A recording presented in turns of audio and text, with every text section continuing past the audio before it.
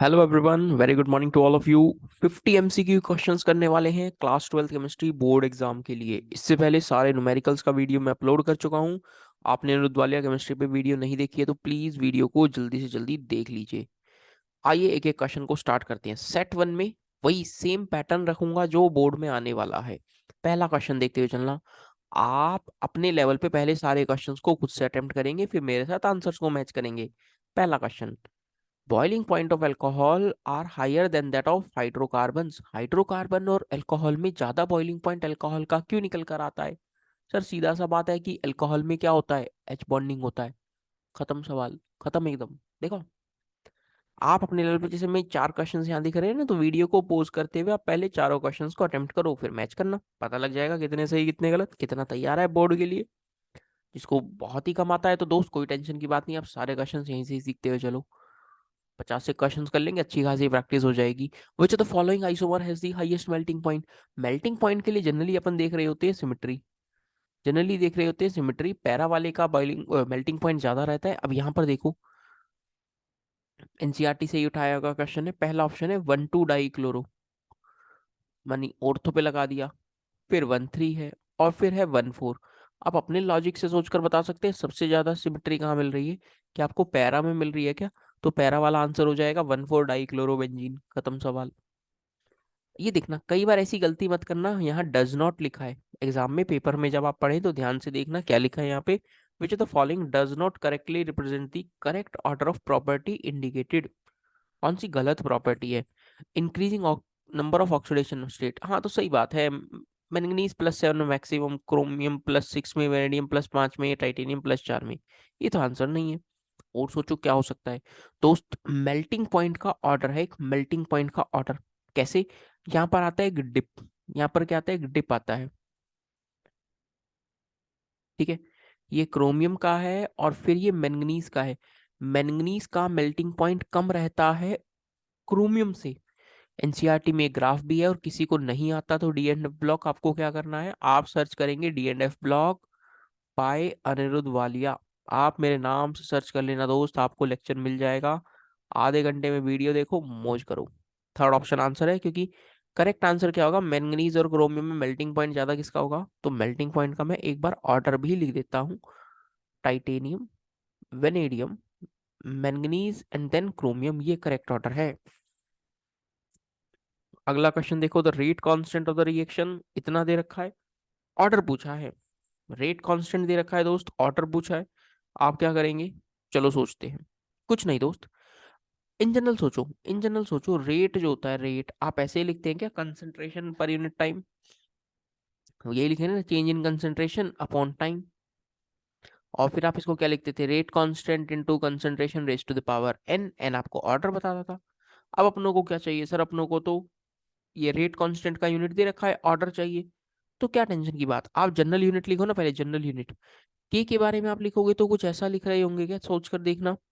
के लिए 1/टाइम तो हो गया, और ये कंसंट्रेशन, और ये कंसंट्रेशन नीचे चला जाएगा हॉल एन वाला, तो के का यूनिट ऐसा बन जाएगा 1/टाइम, 1/टाइम एंड 1/कंसंट्रेशन raise to the power n-1। ठीक है, अब यूनिट आ रही है, सोच कर देखना, सेकेंड इनवर्स। हाँ तो टाइम सेकेंड इनवर्स है। मोल का -2 आ रहा है, मोल का -2 कैसे आ सकता है? कंसंट्रेशन इज नथिंग बट मोल पर लीटर। मैं एक बार फिर लिखता हूँ, 1/टाइम, कंसंट्रेशन को आप लिखोगे मोल, मोल पर लीटर, तो लीटर ऊपर raise to the power n-1। अब सोच कर देखना, अब सोच कर देखना, मोल -2 कब होगा? मोल -2 कब होगा सर? मोल -2 तब होगा जब n का वैल्यू कितना हो, 3 हो। सोच कर देख लो, मोल नीचे ऊपर जाएगा तो -2 ना हो जाएगा। अरे हाँ, तो दोस्त ये ऑर्डर कौन सा हो गया है? ये ऑर्डर 3 हो गया है, क्योंकि एन आपको क्या बता रहा था, एन ऑर्डर ही बता रहा था क्या? एन ऑर्डर ही बता रहा था क्या? केस पता लगा कैसे सोचा, केस पता लगा कैसे सोचा। आगे चलो। Which of the following statement about solution of electrolyte is not correct? Again देखना, मैं हाईलाइट बार बार इसलिए कर रहा हूँ क्योंकि ये स्टेटमेंट ऐसा पूछ रहा है वो, कि कौन करेक्ट कौन इनकरेक्ट। थर्ड ऑप्शन देखना, आप अपने लेवल पे पढ़ना सारी स्टेटमेंट, में तो करेक्ट वाला बताऊंगा। Conductivity does not depend upon solvation of ions. कहता है कि कोई आयन का सॉल्वेशन हो जाए, उसका हाइड्रेशन हो जाए, उस पे कंडक्टिविटी नहीं डिपेंड करती। तो उस जबकि करती है, तो उस जबकि करती है जिसका हाइड्रेशन ज्यादा होगा ना, जिसका सॉल्वेशन ज्यादा होगा। सॉल्वेशन इंक्रीज करेगा ना तो कंडक्टिविटी डिक्रीज कर जाएगी दोस्त, क्योंकि पानी उस आयन को सराउंड कर लेगा तो मूव नहीं करने देगा। ठीक है। अगला 6 नंबर का क्वेश्चन देखना। कहता है फ्यूल सेल क्या बताएगा, फ्यूल सेल क्या काम है। फ्यूल सेल किस किस चीज को किस में कन्वर्ट करता है दोस्त। फ्यूल सेल है, यानी आप फ्यूल को कन्वर्ट कर रहे हैं, फ्यूल एनर्जी को कन्वर्ट कर रहे हैं, क्या जनरेट करना चाहते हैं, इलेक्ट्रिसिटी। तो लिख दो, बस इतना सा ही तो पॉइंट है कि फ्यूल कम, ये energy of combustion of fuel is converted into electrical energy. Seventh option, seventh question. आईयूपीएससी name उस ऑर्गेनिक कंपाउंड का बताओ जो आपको प्रोपेनमाइन दे रहा है हॉफमैन डिग्रेडेशन से। महा इंपॉर्टेंट रिएक्शन है दोस्त, हॉफमैन डिग्रेडेशन महा इंपॉर्टेंट रिएक्शन। होता क्या है रिएजेंट है bromine in presence of basic medium. Basic medium में लेट्स से मैं के ओ एच लिख देता हूँ। कुछ नहीं करना, सी डबल बॉन्ड ओ हटाना है सी डबल बॉन्ड ओ हटाना है, NH2 बनाना है। यानी आप मेन प्रोडक्ट क्या बना रहे हैं, अमाइड से अमाइन। मेन प्रोडक्ट आप बना रहे हैं अमाइड से अमाइन। साइड प्रोडक्ट ये K2CO3 और KBr वगैरह ये सब बाहर निकल जाएगा, कोई मतलब नहीं। 4 मोल KOH यूज होते हैं, ये भी ध्यान रखना। अब कहता है कि आपका जो प्रोडक्ट बना है bromine in presence of KOH डालने पर, वो आपका प्रोडक्ट बना है CH3 CH2 आपका प्रोडक्ट बना है प्रोपेनमाइन। यहाँ जितने भी कार्बन थे वो CO वाला फॉर्म एक निकल रहा है ना, तो यहाँ पर एक कार्बन ज्यादा होगा क्या, देखना CH3 CH2 C double bond ONH2, sorry, हाँ, NH2। अपने को दिखा क्या ये वाला केस, अपने को दोस्त ये वाला केस दिखा, ये क्या है सर। आपने प्रोडक्ट में 3 कार्बन है तो इनिशियल कंपाउंड में रिएक्टेंट में 4 होंगे ना, तभी तो ये C डबल बॉन्ड O निकलेगा। देखिए ध्यान से, देखिए ध्यान से, ये तो R हो गया, ये भी R हो गया। तो दोस्त इसका नाम क्या, ब्यूटेन अमाइड है क्या, अमाइड से अमाइन बना रहे हैं। और इतना भी आपको याद रहता ना कि अमाइड से अमाइन बनाना है तो एक ही ऑप्शन में अमाइड है, डायरेक्ट बी ऑप्शन टिक कर देते, डायरेक्ट बी ऑप्शन टिक कर देते, आंसर सही हो जाता। हाँ यही। Ambidentate ligands NO2 minus HCN minus कैसे हैं, ये जो एम्बिडेंटेड का मतलब है कि NO2 से भी लिंकेज हो सकता है, ONO से भी, HCN माइनस भी NCS माइनस, ठीक है। NO2 माइनस लाइक दिस, ऊपर माइनस है, O का माइनस डोनेट करेगा, यूनिडेंटेड हो जाएंगे क्या। करेक्ट ऑर्डर ऑफ एसिडिटी, ऐसा क्वेश्चन आता है, एसिडिक स्ट्रेंथ का है, कार्बोक्सिलिक एसिड से उठाया गया क्वेश्चन है। सोचकर देखना, acidic strength increases by electron withdrawing group, जितने ज्यादा इलेक्ट्रॉन विड्रॉइंग ग्रुप लगेंगे उतनी ज्यादा एसिडिक स्ट्रेंथ निकल कर आ रही होगी। सोचकर देखना, 3 -I लगा रहा है, 3 fluorine -I, 3 chlorine, 2 chlorine, 1 chlorine. और -I का ऑर्डर मैं बता देता हूँ, फ्लोरीन का ज्यादा, then chlorine, then bromine and then iodine. पहला तो सही है। अगर देखो फ्लोरीन, क्लोरीन, ब्रोमीन, आयोडीन, ओहो ये तो सेकंड ऑप्शन भी सही हो गया। फिर तो पक्का आंसर डी होगा, 2 ऑप्शन सही है तो ऑल आधा करेक्ट। ठीक है। और अब ये देखो 6C वाला ऑप्शन भी देख लो एक बार, सी वाला ऑप्शन भी देख लो दोस्त। ये बेंजोइक एसिड है, ज्यादा एसिडिक है, ज्यादा एसिडिक है। ये ये बेंजोइक एसिड नहीं है, ये एलिफेटिक एसिड है, क्योंकि COH ग्रुप जुड़ा है sp3 कार्बन से, ठीक है। एंड फिर normally acetic acid, then propanoic acid. क्योंकि कार्बन का चेन बढ़ेगा तो एसिडिक स्ट्रेंथ घट जाएगा ना दोस्त, +I लगेगा, अनस्टेबल करेगा। नॉर्मल ऑर्डर, अच्छा क्वेश्चन, ध्यान रखना बोर्ड एग्जाम के लिए। क्वेश्चन नंबर 10 को देखो, अच्छा सवाल है, डायरेक्ट आपको आ जाना चाहिए। क्या कह रहा है, कंपाउंड जिसका मॉलिक्यूलर फॉर्मूला C3HN है, रिएक्ट कर रहा है benzene sulphonyl chloride, Hinsberg reagent. बस इतना ध्यान रखना था, it is nothing but a Hinsberg reagent, Hinsberg reagent, Hinsberg reagent. PPT दे रहा है लेकिन वो इनसॉल्युबल है। यदि कोई पीपीटी दे, रिएक्शन करे, यदि वो इनसॉल्युबल है तो पक्का वो अमाइन, अमाइन का टेस्ट है, वो अमाइन पक्का 2 डिग्री का होगा, अमाइन वो पक्का 2 डिग्री का होगा। तो दोस्त यहाँ से डायरेक्ट छाटो ना 2 डिग्री अमाइन, आपका आंसर ही खत्म आपको बोर्ड एग्जाम में इन सब क्वेश्चन में बहुत ज़्यादा वो नहीं करना कि आप ज़्यादा टाइम वेस्ट कर दें, क्योंकि 3 घंटे में आपके पास बहुत सारा कंटेंट रहेगा जिसमें आपको लिखना भी रहेगा। समझ रहे आप मेरी बात, जिसमें आपको लिखना भी रहेगा, तो इसमें बहुत ज़्यादा समय ना लगाइएगा। चलो अगला देखो, correct sequence of steps involve in the mechanism of Cannizzaro. ये अच्छा क्वेश्चन है। यहाँ पर आपको कैनिजारो की थोड़ी सी समझ होनी चाहिए। आइए सोचते हैं, कैनिजारो में ऐसा होता था क्या?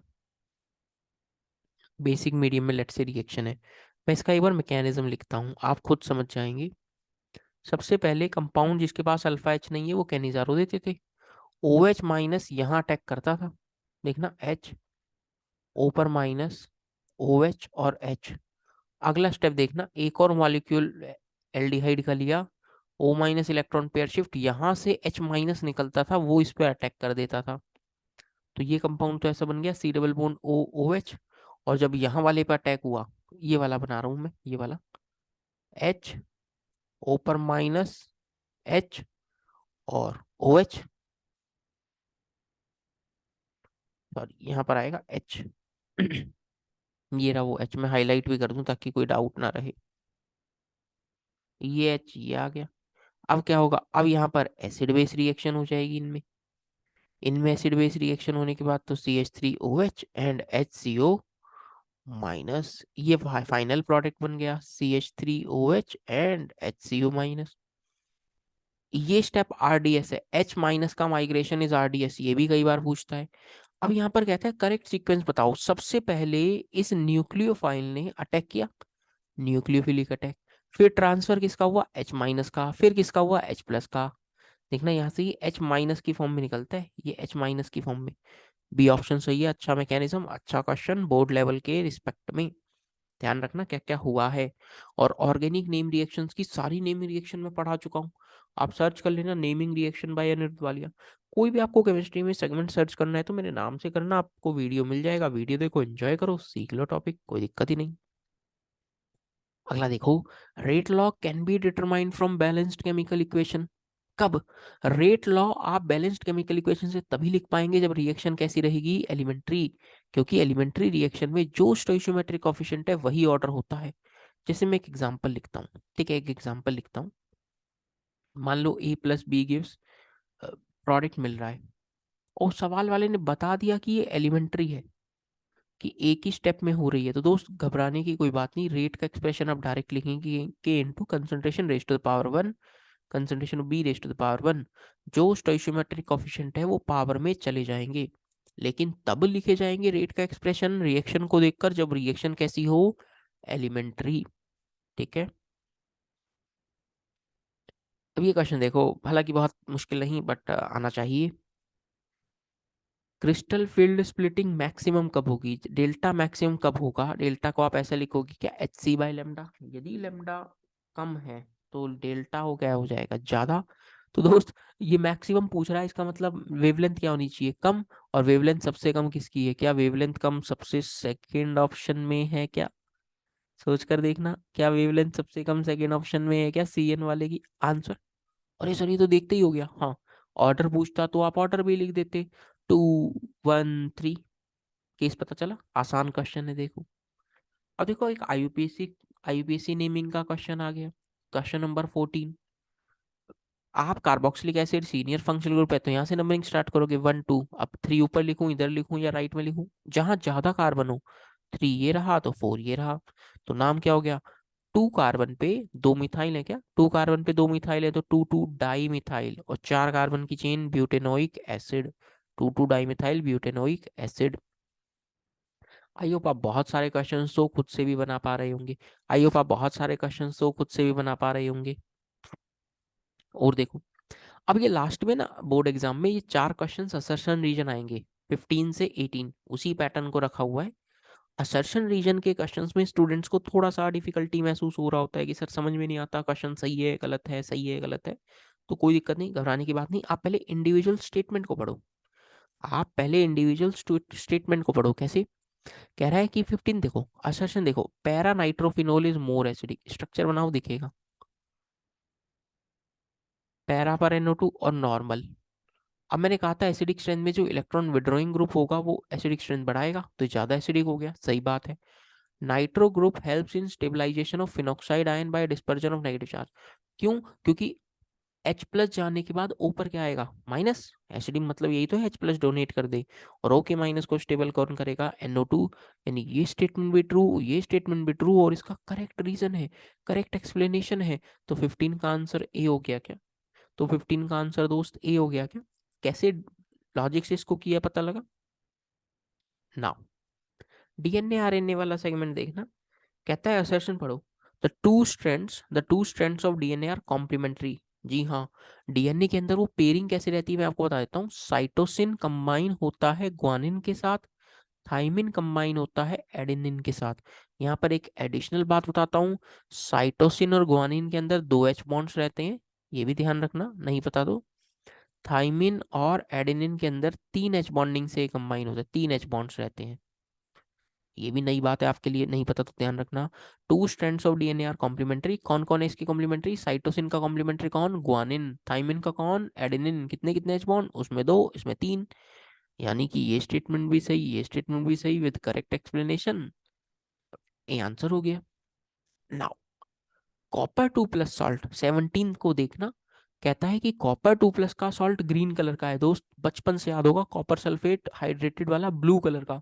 पहला स्टेटमेंट तो दोस्त फॉल्स हो गया, क्योंकि वो ग्रीन नहीं, कैसा रहेगा? ब्लू। आज ब्लू है पानी पानी। और दोस्त पहला फॉल्स होते ही आंसर चिपका दो D option. A statement assertion false है तो पक्का आंसर डी होगा, चेक कर लो, ऊपर देखो लिखा भी है।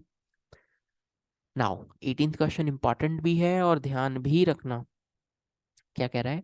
Aromatic Gabriel phthalimide synthesis. Gabriel phthalimide synthesis ठोक पीट के पूरा माइंड से पढ़ाया भी है, यूट्यूब पे वीडियो भी है, पूरा ऑर्गेनिक में पढ़ा चुका हूँ। क्या है Gabriel phthalimide synthesis? For 1 degree aliphatic amine, खाली एलिफेटिक अमाइंस के लिए है दोस्त ये, एरोमेटिक के लिए नहीं। स्टेटमेंट हो गया ट्रू, क्योंकि कह भी रहा है कैन नॉट प्रिपेयर, हाँ तो सही बात है। अराइल हैलाइड ये रिएक्शन इसने नहीं देते क्योंकि aryl halide do not undergo nucleophilic substitution with अनायन form by phthalimide. हाँ, ये रिएक्शन दे ही नहीं पाते, बेंजीन पे लगा हेलोजन जा ही नहीं सकता। सही स्टेटमेंट, दोनों स्टेटमेंट सही with correct explanation, A answer हो जाएगा क्या? तो ऐसे ऐसे क्वेश्चंस को ध्यान रखना। मैंने सेट वन में 18 क्वेश्चंस आपके साथ डिस्कस किए, ठीक है दोस्त।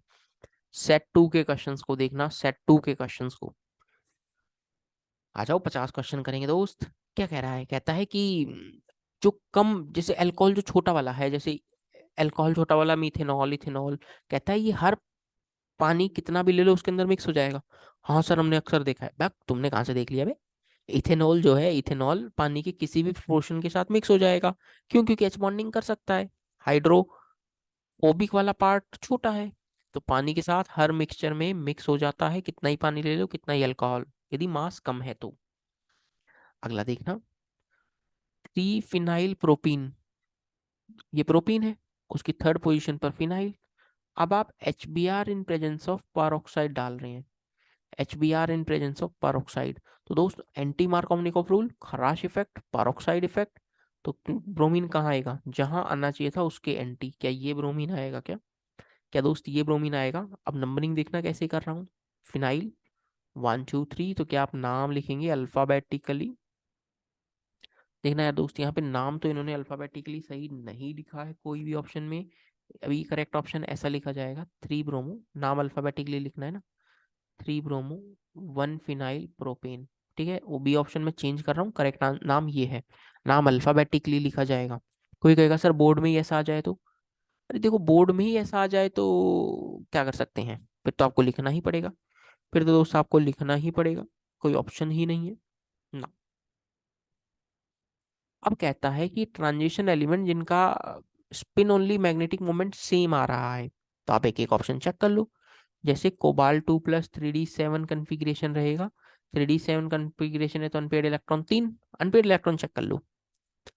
क्रोमियम का कन्फिग्रेशन रहता है 3d5 4s1, क्रोमियम +2 में क्या रहेगा? 2 इलेक्ट्रॉन निकल गए तो 3d4, और क्रोमियम 3+ में 3 इलेक्ट्रॉन निकल गए, एक यहाँ से और दो यहाँ से, क्या वो 3d3? तो अनपेड इलेक्ट्रॉन कितने? 3। सर इसमें भी अनपेड इलेक्ट्रॉन 3, इसमें भी 3, किस किस में? कोबाल्ट 2+ में भी 3 है, क्रोमियम 3+ में भी 3 है, तो 1 और 4 आंसर हो जाएगा क्या? क्या दोस्त 1 और 4 आंसर हो जाएगा क्या? ठीक है, ऐसा ऐसा क्वेश्चन रहेगा। ये देखना, केमिकल काइनेटिक्स से क्वेश्चन है, रेट ऑफ रिएक्शन 2 गुना बढ़ जाता है जब कंसंट्रेशन 4 गुना बढ़ाते हैं, तो समझना कि ए की पावर कुछ नंबर होगा, वो अपने को पहचानना है।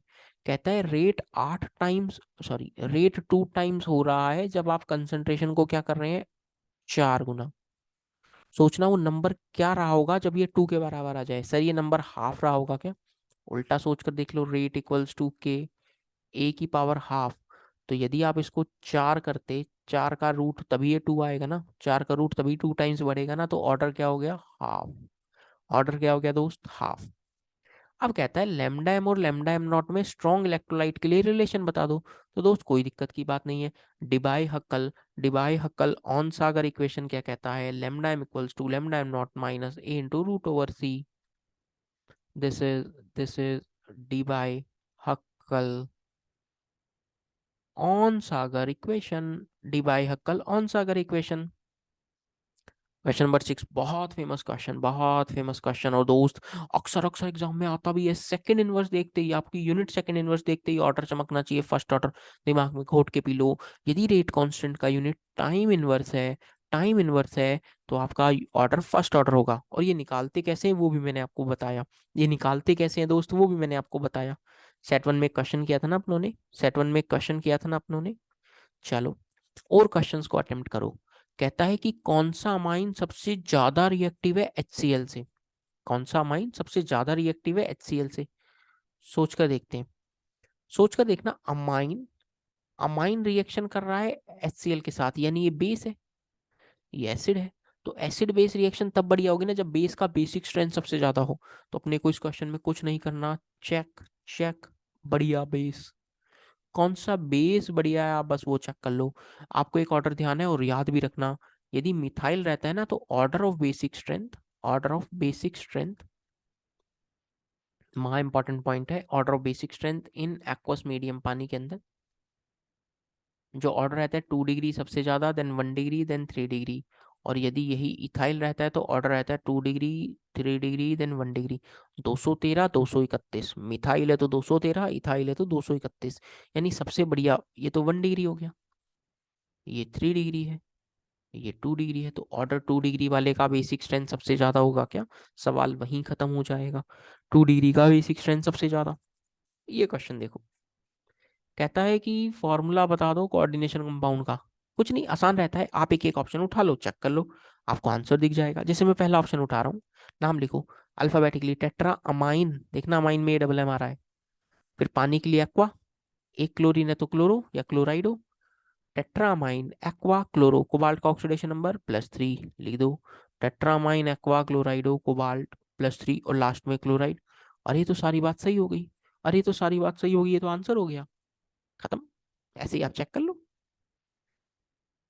अगला इंपॉर्टेंट रिएक्शन फिनोल, ये याद भी होना चाहिए। ये रिएक्शंस ऐसी है, रीमर टीमन और ये सब रिएक्शंस आपको याद भी होनी चाहिए। फिनोल की रिएक्शन है CCl4 in presence of NaOH। Product एकदम याद भी होनी चाहिए दोस्त। क्या क्या प्रोडक्ट बनते हैं, कार्बोक्सिलिक एसिड ऑर्थो वाला प्रोडक्ट, और एक मिलेगा पैरा वाला प्रोडक्ट। ये मेजर है, ये मेजर है, ये भी ध्यान रखना। यानी आप सैलिसिलिक एसिड बना रहे हैं, salicylic acid, salicylic acid, salicylic acid मिलता है यदि CCl4 के साथ ट्रीट करवाते हैं। और ये प्रोडक्ट मिलता है जब फिनोल में क्या डालते, chloroform in presence of NaOH, reamer टीमन reaction. और इसी फिनोल के अंदर आपने डाला CCl4 in presence of base, तो ये मिल रहा है सैलिसिलिक एसिड। दोनों इंपॉर्टेंट रिएक्शन है, एक क्वेश्चन में मैंने 2 क्वेश्चन आपको बता दिए ताकि आपको फायदा हो जाए। ठीक है, मजा आ रहा है? और करो भैया, बहुत क्वेश्चन करेंगे, टेंशन काहे ले रही हूँ। ये देखना, कहता है कि which of the following alkyl halide is best suited for the reaction through SN1। देखो SN1 में बनता है कार्बोकेटाइन। अब बस ये चेक कर लो कि स्टेबल कार्बोकेटाइन कहाँ बनेगा, अब बस ये चेक कर लो। आप पहले सारे क्वेश्चंस को वीडियो को पॉज करते हुए कर रहे हैं ना दोस्त, मेरी तरह नहीं कि बस पढ़े और कर दिए।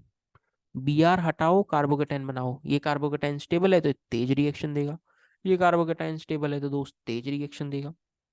बस छोटा छोटा सा काम अपनों को करना रहता है। ये क्वेश्चन अच्छा है, ये क्वेश्चन पढ़ो। कार्बोनिल कंपाउंड जो HCN के साथ रिएक्शन करके साइनोहाइड्रिन बनाता है, जिसकी हाइड्रोलिसिस से अल्फा हाइड्रोक्सी एसिड मिलता है। अल्फा हाइड्रोक्सी एसिड मिलता है एल्डिहाइड से। एक ही एल्डिहाइड है इसमें, हालांकि दो है, फॉर्मल्डिहाइड और एसिटल्डिहाइड। मैं दोनों चेक करता हूँ। एसिटल्डिहाइड की रिएक्शन आप HCN डाल रहे हैं, सोचकर देखना CN माइनस है, इस पर अटैक करेगा, ऊपर माइनस, HCN से H ले लेगा, तो OH HCN, और आप इसमें डाल देते हैं पानी। और पानी डालेंगे तो क्या आप देख पा रहे हैं, साइनाइड की हाइड्रोलिसिस से आपको कार्बोक्सिलिक एसिड मिलेगा। जी हाँ, अल्फा कार्बन पे हाइड्रोक्सी ग्रुप आया है, this is alpha hydroxy acid. इसमें एक शब्द और लिख दिया, रेसमिक मिक्सचर। रेसमिक मिक्सचर यानी कायरल सेंटर होगा, यानी इस कार्बन पे 4 अलग अलग ग्रुप होंगे, OH, मिथाइल, COH और H। इसीलिए आंसर एसिटल्डिहाइड है, नॉट फॉर्मल्डिहाइड, क्योंकि फॉर्मल्डिहाइड में यहाँ पे H आता, और H आता तो क्या होता, H आता तो क्या होता, कायरल सेंटर नहीं मिलता। इसीलिए आंसर एसिटल्डिहाइड है। पता लगा? मजा आ रहा है? अरे मजा आना चाहिए दोस्त यार, ऐसे ऐसे क्वेश्चंस आएंगे एग्जाम में, फिर गलत नहीं होने चाहिए यार अपनों के। और देखो, ये रिएक्शन देखना, कहता है कि एक ही कंसंट्रेशन डिक्रीज कर रही है 0.5 से 0.4 10 मिनट में। आप ये सारे क्वेश्चंस भी करके चले जाओगे ना 50 यार, तो आपको इतना फायदा हो जाएगा, आपको पता लग जाएगा कि यार कैसे क्वेश्चंस को अटेम्प्ट करना है। और दो चार क्वेश्चन इन्हीं में से टप गए तो और बढ़िया है। रेट देखो, रेट, रेट आप कैसे लिखेंगे देखना, ये हाफ स्टोइशियोमेट्री 2 है तो हाफ कर दो। एक ही कंसंट्रेशन डिक्रीज हो रही है, आप करो कितना डिक्रीज हो रहा है, 0.5 से 0.4, कितने टाइम में, 10 मिनट्स में। आपके पास सॉल्व करके आंसर, आपके पास सीधा सॉल्व करके आंसर, 0.005, खत्म सवाल। कहता है कि इस पूरे कंपाउंड को पानी में डाल दो, कितने आयंस मिलेंगे। स्क्वायर ब्रैकेट के अंदर वाला पार्ट तो as it is, Cl 3Cl में टूट जाएगा, तो 3 प्लस का चार्ज इस पे। टोटल आयंस कितने मिल गए, 3Cl, और एक ये कॉम्प्लेक्स वाला पार्ट 4। अब ये क्वेश्चंस काफी आसान रहते हैं, बोर्ड लेवल के लिए एकदम सूटेबल क्वेश्चंस है। ऐसे ही क्वेश्चंस बोर्ड में आएंगे, आपको बहुत ज्यादा समय इन क्वेश्चंस पे नहीं लगाना है। क्वेश्चन देखा, टिक किया, आगे बढ़े, क्वेश्चन देखा, टिक किया, आगे बढ़े। और क्वेश्चंस देखो, कहता है most reactive towards nucleophilic addition reaction, यानी कि न्यूक्लियोफाइल आएगा, न्यूक्लियोफाइल आएगा और अटैक करेगा। न्यूक्लियोफाइल आएगा तो उस पर अच्छा खासा प्लस चार्ज होना चाहिए। देखो, चेक कर लो, यहाँ पार्शियल प्लस अच्छा खासा है, यहाँ दो दो मिथाइल लगाकर इसके प्लस को घटा रहे हैं, यहाँ बेंजीन का कॉन्जुकेशन है, इसके प्लस को घटाया जा रहा है, यहाँ बेंजीन का कॉन्जुकेशन प्लस मिथाइल का प्लस आई, यहाँ तो और कम है प्लस आई, यानी सबसे ज्यादा प्लस आई, सबसे ज्यादा प्लस चार्ज ही पहले ऑप्शन में है। और ध्यान रखना, रिएक्टिविटी में, रिएक्टिविटी में न्यूक्लियोफिलिक एडिशन रिएक्शंस के अंदर एल्डिहाइड की रिएक्टिविटी हमेशा कीटोन से ज्यादा है, हमेशा कीटोन से ज्यादा है। ये दो एल्डिहाइड थे, इन दो में भी कैसे छाटा, जहां पार्शियल प्लस चार्ज ज्यादा, जहां पार्शियल प्लस चार्ज ज्यादा। ये 14 क्वेश्चंस फिर से अपनों ने निपटाए। अब आते हैं असर्शन रीजन क्वेश्चंस पे, जो 4 आएंगे, कैसे डील करना है सीखो मेरे साथ।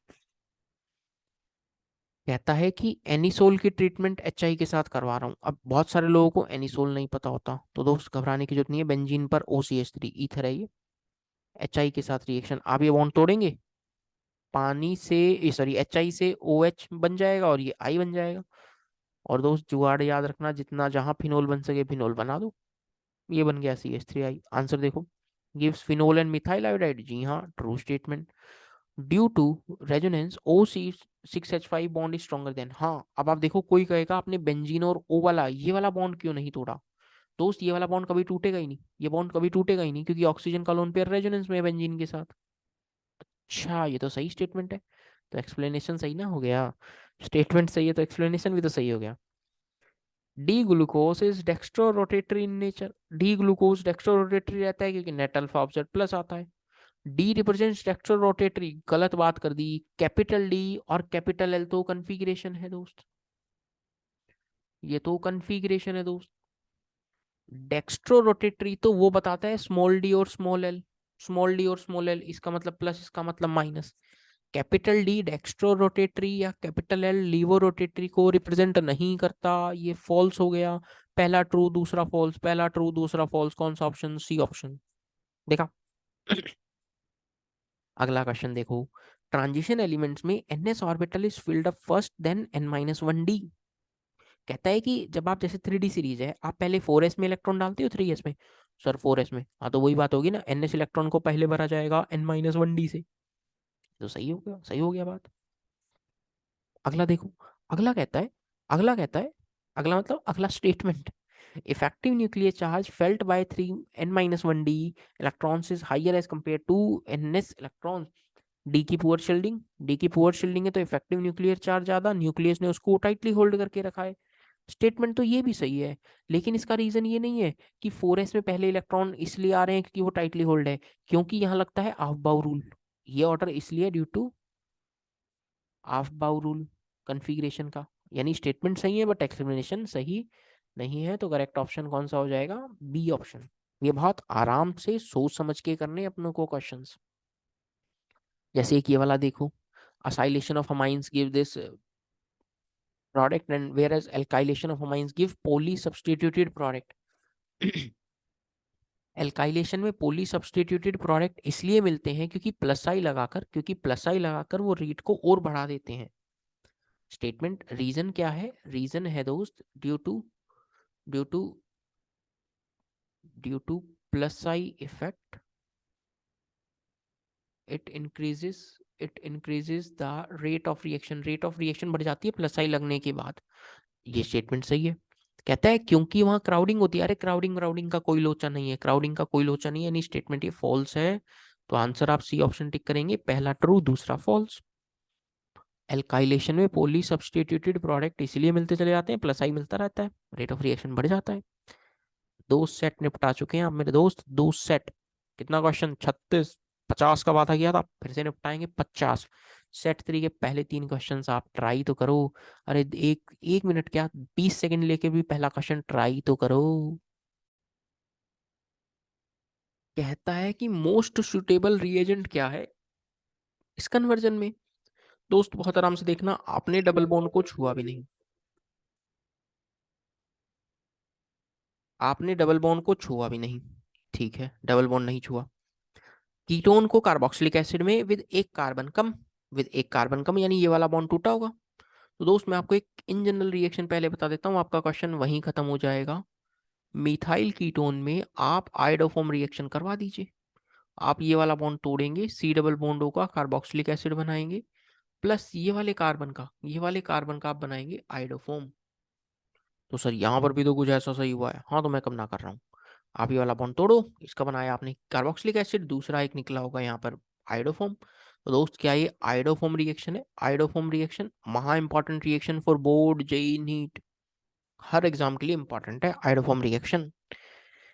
अगला क्वेश्चन, अल्कोहल का रेट का ऑर्डर बता दो। जो डिग्री ऑफ अल्कोहल ज्यादा तो रेट ऑफ रिएक्शन भी ज्यादा। ये 3 डिग्री अल्कोहल, ये 2 डिग्री, ये दोस्त 1 डिग्री, तो ऑर्डर सी बी ए खत्म। थर्ड क्वेश्चन देखना, डी एंड एफ ब्लॉक, ये क्वेश्चन यदि आपको करना है तो सिर्फ एक की पॉइंट आपको ध्यान रहेगा तो आप ये क्वेश्चन कर जाओगे। कहता है KMnO4 में थोड़ा सा एसिड डालने पर एक एक्सप्लोसिव कंपाउंड मिलता है, तो उस metals in their highest oxidation states they form explosive compounds. KMnO4 में H2SO4 डालते ही एक green oily explosive compound is Mn2O7। Identify the compound, it is explosive in nature. Metal in their highest oxidation number, उनके oxide generally explosive रह सकते हैं। Mn2O7 is that compound, Mn2O7 is that compound, ध्यान रखना explosive से click होना चाहिए, ये पॉइंट इंपॉर्टेंट है। देखो मैक्सिमम बॉइलिंग एजियोट्रॉप का मतलब क्या है, जो कैसा डेविएशन शो करेंगे, negative deviation. Maximum boiling azeotrope का मतलब है जो नेगेटिव डेविएशन शो करेंगे। आप नेगेटिव डेविएशन का एग्जांपल छाट लीजिए, एसीटोन एंड क्लोरोफॉर्म, खत्म। आसान है। स्ट्रॉन्गेस्ट रिड्यूसिंग एजेंट, एक बढ़िया रिड्यूसिंग एजेंट कौन, दोस्त बढ़िया रिड्यूसिंग एजेंट वो जो दूसरों का रिडक्शन खुद का क्या करे, खुद का क्या करे, खुद का करेगा ऑक्सीडेशन। स्ट्रॉन्गेस्ट रिड्यूसिंग एजेंट जो दूसरों का रिडक्शन, खुद का ऑक्सीडेशन, खुद का ऑक्सीडेशन कर रहा है तो खुद का कौन सा पोटेंशियल ज्यादा होना चाहिए, ऑक्सीडेशन वाला। ये सारे ये सारे तो डेटा आपको रिडक्शन पोटेंशियल के दिए ना, standard reduction potential, standard reduction potential. उल्टा कर दो, उनको उल्टा कर दूंगा तो ऑक्सीडेशन पोटेंशियल बन जाएगा। देखो सब पॉजिटिव है, एक नेगेटिव है।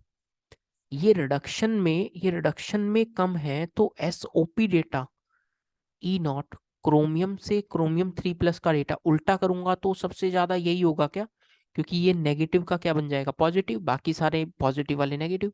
पॉजिटिव में ये सबसे ज्यादा है, तो यही मेरा आंसर, कौन, क्रोमियम, क्योंकि क्रोमियम ऑक्सीडाइज हो रहा है ना। पता लगा क्या किया। स्ट्रॉन्गेस्ट रिड्यूसिंग एजेंट के लिए आप क्या चेक करेंगे, उनका ऑक्सीडेशन का डेटा, जो ऑक्सीडेशन का डेटा ज्यादा वो बढ़िया रिड्यूसिंग एजेंट। आसान था। 6 क्वेश्चन बहुत ही आसान है। कॉलिगेटिव प्रॉपर्टी कौन नहीं बताता, 4 ही कॉलिगेटिव प्रॉपर्टीज हैं दोस्त अपनों के पास। कौन कौन सी, RLVP, delta TV, elevation in boiling point, elevation in freezing point, osmotic pressure, optical activity, कोई एक कॉलिगेटिव प्रॉपर्टी नहीं है। खत्म। आसान। कहता है इनर ऑर्बिटल कॉम्प्लेक्स भी बनाओ, इनर ऑर्बिटल कॉम्प्लेक्स भी बनाओ और डायामैग्नेटिक भी हो, यानी दोस्त पक्का स्ट्रॉन्ग फील्ड लिगेंड की तलाश है। और अच्छा लगेगा यहाँ, 4 में से 3 में तो स्ट्रॉन्ग फील्ड लिगेंड ही आ रही है। और उसमें अपने को क्या चेक करना है, अब देखो पहले ही ऑप्शन ले लीजिए, कोबाल्ट, कोबाल्ट +3 में, ऐसे एक एक ऑप्शन लेकर चेक कर लो। कोबाल्ट +3 में क्या कन्फिग्रेशन कुछ ऐसा हो गया क्या, 3D6, 3D6 कन्फिग्रेशन, NH3 है स्ट्रॉन्ग फील्ड लिगेंड, NH3 है स्ट्रॉन्ग फील्ड लिगेंड। स्प्लिटिंग कुछ ऐसी होगी क्या, 2 डब्बे ऊपर 3 डब्बे नीचे, यानी 3 ऑर्बिटल्स नीचे, 1 2 3, क्योंकि स्ट्रॉन्ग फील्ड है तो पेयरिंग कराओ, 4 5 6, कैसा हो गया, ये कॉम्प्लेक्स बना है D2sp3 inner orbital as well as diamagnetic, क्योंकि सारे इलेक्ट्रॉन पेयर्ड अप। पहला ही ऑप्शन दोस्त आंसर हो गया, पहला ही ऑप्शन दोस्त आंसर हो गया। और देखो पेप्टाइड लिंकेज किस में रहेंगे सर, अमीनो एसिड्स के अंदर। हाँ, यानी प्रोटीन्स के अंदर, proteins are nothing but amino acids. ठीक है, peptide linkage, peptide bond, amide linkage भी पूछ सकता है। 9th नंबर का क्वेश्चन अच्छा है। कहता है कि कौन सा एल्कोहल एरोमेटिक एल्कोहल है, एरोमेटिक एल्कोहल, शब्द अच्छा है, एरोमेटिक एल्कोहल, मुझे अच्छा लगा ये क्वेश्चन इसलिए डाला। एरोमेटिक एल्कोहल, देखो बेंजीन पर OH, this is not alcohol, ये अल्कोहल नहीं है दोस्त, इसका तो एक स्पेशल कैटेगरी है, फिनोल, फिनोल, क्योंकि ये sp2 से अटैच्ड है। OH यदि sp3 कार्बन से अटैच होगा तो वो एरोमेटिक अल्कोहल होगा, कि एरोमेटिक रिंग भी है और अल्कोहल भी है। sp3 से अटैच होगा तो होगा, यानी B भी है C भी है, ये ना, ये तो क्या है, फिनोल, दिस इज फिनोल। दोस्त B एंड C, क्या C ऑप्शन आंसर हो गया क्या। अच्छा क्वेश्चन है, ध्यान रखना ना। कहता है कि ए का स्ट्रक्चर बता दो और क्या आइसोमेरिज्म शो कर रहा है बी बनने में, यानी प्रोडक्ट बनने में, बताइए। तो देखो इसमें वाटर ऐड करना है, HOH कर दीजिए, और कुछ ज्यादा मेहनत है नहीं। यहाँ OH double bond CH, 2 hydrogen हो गए, CH2 हो गया। ये ए कंपाउंड बना क्या, इस ए कंपाउंड का नाम और सोच लो, इस ए कंपाउंड का 1 2 3, मैं कुछ ऐसा लिख दूं क्या, prop 2, ऐसा, prop 1 in 2 all, prop 1 in 2 all, 1 पर इन है, 2 पर ओल है, prop 1 in 2 all, 1 in 2 all, 1 in 2 all। Metamerism से प्रोडक्ट बना है, टोटोमेरिज्म से सर, टोटोमर करके बना है, टोटोमर करके ये बॉन्ड यहाँ, और बस H यहाँ, खत्म, टोटोमेरिज्म से प्रोडक्ट बना है। कहता है कि वो टेस्ट बताओ 11th नंबर के क्वेश्चन में, कि जो एसीटोन भी ना दे पाए और बेंजोल्डिहाइड भी, एरोमेटिक एल्डिहाइड फेलिंग और बेनेडिक्ट टेस्ट नहीं देते, फेलिंग हो या बेनेडिक्ट हो, ये एरोमेटिक एल्डिहाइड टेस्ट नहीं देते। एरोमेटिक एल्डिहाइड ये दोनों रिएजेंट्स टेस्ट नहीं देते हैं, सी ऑप्शन आंसर। आसान क्वेश्चन, डायरेक्ट क्वेश्चन। 12th एक अच्छा क्वेश्चन है, एनसीईआरटी से उठाया गया क्वेश्चन है। 12th नंबर का क्वेश्चन एनसीईआरटी से उठाया है, एक डायग्राम बना रखा है, ऐसा क्वेश्चन मेंस में भी आया था। अच्छा question, tough question. Electrochemical cell electrolytic cell की तरह बिहेव तब करेगा जब एक्सटर्नल ईएमएफ ज्यादा हो ईएमएफ ऑफ सेल से, याद रखना है। ठीक है, क्योंकि अभी बोर्ड के लिए तो मैं एक स्टेटमेंट कह रहा हूँ कि आप याद रख लें, टाइम बच जाएगा आपका। अच्छा क्वेश्चन है। कहता है कि क्या स्टेटमेंट ट्रू नहीं है ग्लूकोज के लिए दोस्त, एक एक पढ़ो। एल्डोहेक्सोज एल्डिहाइड है और 6 कार्बन है, जी हाँ है। HI के साथ एनेक्सेन, जी हाँ, बहुत स्टैंडर्ड रिएक्शन, बहुत स्टैंडर्ड, महा इंपॉर्टेंट। ग्लूकोज में HI डाल दो, एनेक्सेन बनता है, महा इंपॉर्टेंट। फ्यूरनोज में है नहीं, ये तो पायरनोज में है। 6 कार्बन वाला, 6 कार्बन वाला पायरनोज में मिलेगा। फ्यूरनोज में कौन मिलेगा? Fructose, furanose fructose. तो गलत हो गया, आंसर हो गया है तो मेरा। एक और क्वेश्चन, 49 क्वेश्चन अभी तक डिस्कस कर चुका हूँ, चाहे काउंट कर लेना, 18 18 दो सेट में, और 13वां क्वेश्चन ये रहा, 14th नंबर का क्वेश्चन, लास्ट 50वां क्वेश्चन। मजा आ रहा है। Incorrect statement about interstitial compounds. Interstitial compounds, जहां डी ब्लॉक के मेटल्स के अंदर जो खाली स्पेस है उनके अंदर small size atom like boron, carbon, nitrogen, hydrogen, ये सब ऑक्यूपाई कर लेंगे। सच कंपाउंड्स आर इंटरस्टिशियल कंपाउंड्स। कहता क्या है? कहता क्या है? कहता है कि दे आर केमिकली रिएक्टिव। ना भाई ना, दे आर केमिकली इनर्ट। यही तो आंसर हो गया, इनकरेक्ट बोल रहा है।